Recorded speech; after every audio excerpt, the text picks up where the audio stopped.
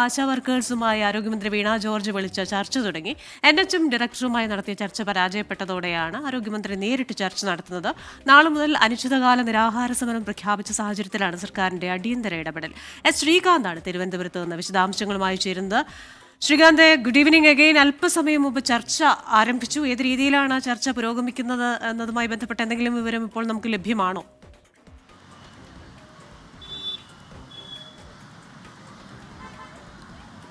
കൃത്യം 3:30 മന്ത്രിയുടെ നിയമസഭയിലെ ഓഫീസിൽ വെച്ച് ചർച്ച ആരംഭിച്ചു എന്നുള്ള വിവരം പുറത്തു വരുന്നുണ്ട്. മറ്റ് കൂടുതലായി വിശദാംശങ്ങൾ ഇപ്പോഴും ലഭ്യമായിട്ടില്ല. ആരോഗ്യകരമായ ചർച്ച നടക്കുന്നുണ്ടോ എന്നുള്ളത് ഇനി വേണം അറിയാൻ.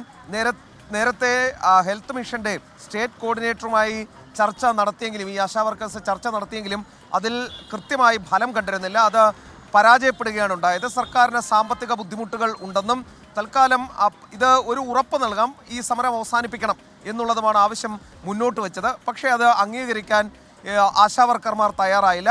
അവർ ആ ചർച്ചാവേദിയിൽ നിന്നും അവർ ഇറങ്ങി വരികയും കണ്ണീരോടുകൂടിയാണ് അവർ മാധ്യമങ്ങളെ കാണുകയും ചെയ്തത്.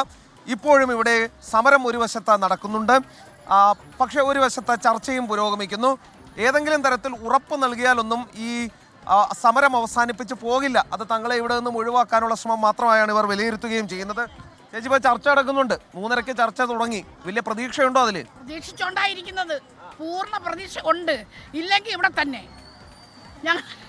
ഇല്ലെങ്കിൽ ഈ 38 സർക്കാർ നേരത്തെ ചർച്ചയ്ക്ക് വിളിച്ചിട്ട് പറഞ്ഞത് സാമ്പത്തിക പ്രശ്നമുണ്ട്, കയ്യിൽ കാശിന്റെ പ്രശ്നമുണ്ട്, ഉറപ്പ് തരാം, പക്ഷേ പോകണം എന്നാണ്. അവർക്ക് ദൂർത്തടിക്കാൻ പൈസ ഉണ്ടല്ലോ. അവർ ഈ നവകേരള സദസ്സ് നടത്തി, എന്തുമാത്രം പൈസ അവരില്ലാതാക്കി. അതുപോലെ തന്നെ ഈ പുതിയതായിട്ട് ഈ PSC-കാർക്കൊക്കെ കൊടുത്ത് ഇന്ന് ഞങ്ങൾക്ക് എന്തുകൊണ്ട് തന്നു? ഈ സർക്കാർ ഇപ്പോൾ ഒരു ഉറപ്പ് പറയുകയാണ്, ഞങ്ങൾ ഇത് കൂട്ടാം, ഇന്ന ദിവസം മുതൽ കൂട്ടാം, ഇതൊരു ഉറപ്പ് ആയിട്ട് എടുക്കണം, തൽക്കാലം നിങ്ങൾ ഇവിടുന്ന് പോകണം, അങ്ങനെ ഒരു കാര്യം പറഞ്ഞാൽ അത് അംഗീകരിക്കും. പ്രശ്നമില്ല. 38 ദിവസം അവിടെ ഇരിക്കാമെങ്കിൽ 365 ദിവസവും ഇരിക്കാൻ ഞങ്ങൾ തയ്യാറാണ്. എല്ലാ സ്ത്രീകളും തയ്യാറാണ്. ഒരു വാട്ടവും ഇല്ല, അതിന് ഒരു പ്രശ്നവും. ഇങ്ങോട്ട് വെച്ച ആവശ്യം കിട്ടിയിട്ട് ഇവിടെ നിന്ന് മടക്കുള്ളൂ, കിട്ടിയിട്ടേ പോവുള്ളൂ.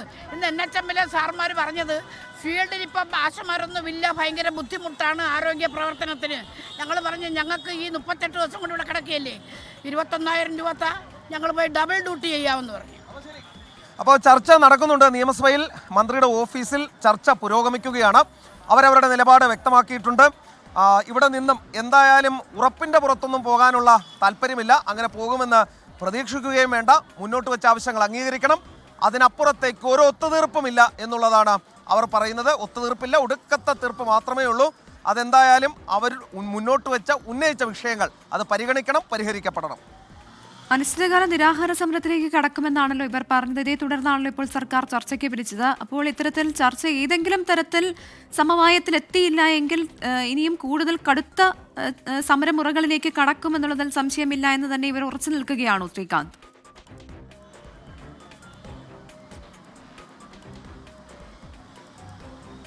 അതവർ നേരത്തെ തന്നെ വ്യക്തമാക്കിയിരുന്നു. അതായത് അനിശ്ചിതകാല നിരാഹാര സമരത്തിലേക്ക് അവർ പോകാൻ തീരുമാനിച്ച പശ്ചാത്തലത്തിലാണ് നേരത്തെ national health mission state coordinator ചർച്ചയ്ക്ക് വിളിച്ചത്. പക്ഷേ അത് പരാജയപ്പെട്ടു.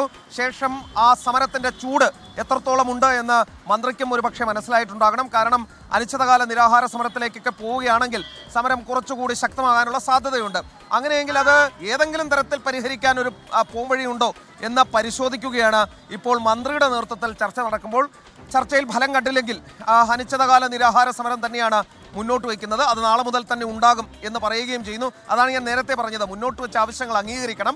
അംഗീകരിച്ചില്ലെങ്കിൽ നാളെ മുതൽ അനിശ്ചിതകാല സമരം 11 മണിയോടുകൂടി ഇത് ആരംഭിക്കും എന്നുള്ള കാര്യം അവർ പറയുകയും ചെയ്യുന്നു. എന്തായാലും സർക്കാരിനെ സംബന്ധിച്ചിടത്തോളം വലിയ പ്രതിരോധത്തിലേക്ക് പോവുകയാണ് കാര്യങ്ങൾ. ഇന്ന് നടക്കുന്ന മന്ത്രിയുടെ ഈ ചർച്ചയിൽ വലിയ പ്രതീക്ഷ അർപ്പിച്ചിരിക്കുകയാണ് ആശാവർക്കർമാർ. 38 ദിവസമായി അവർ തുടരുന്നു. ഇനിയും കുറച്ചധികം കാലം കൂടി ഇരുന്നാലും തങ്ങൾക്കൊന്നും സംഭവിക്കാനില്ല എന്നാണ് അവർ പറയുന്നത്. സമരം കൂടുതൽ കടുപ്പിക്കും. അത് അനിശ്ചിതകാല നിരാഹാര സമരം അടക്കം. ഇതാണ് അവരുടെ തീരുമാനം. ഇത് പരിഹാരമായില്ലെങ്കിൽ